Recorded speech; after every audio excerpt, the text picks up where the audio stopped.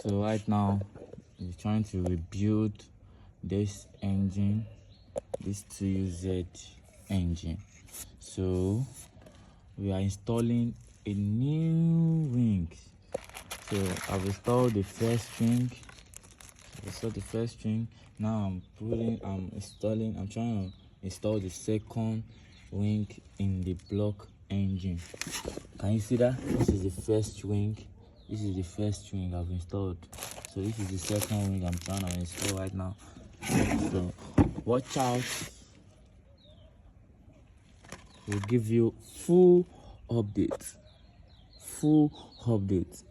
on everything. So stay tuned. So we have installed one of the second ring. So let's try to install the second one. Install the second one. So let's install this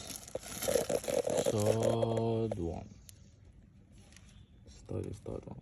Okay, stay tuned. Now we install the third face. So let's install this last one on the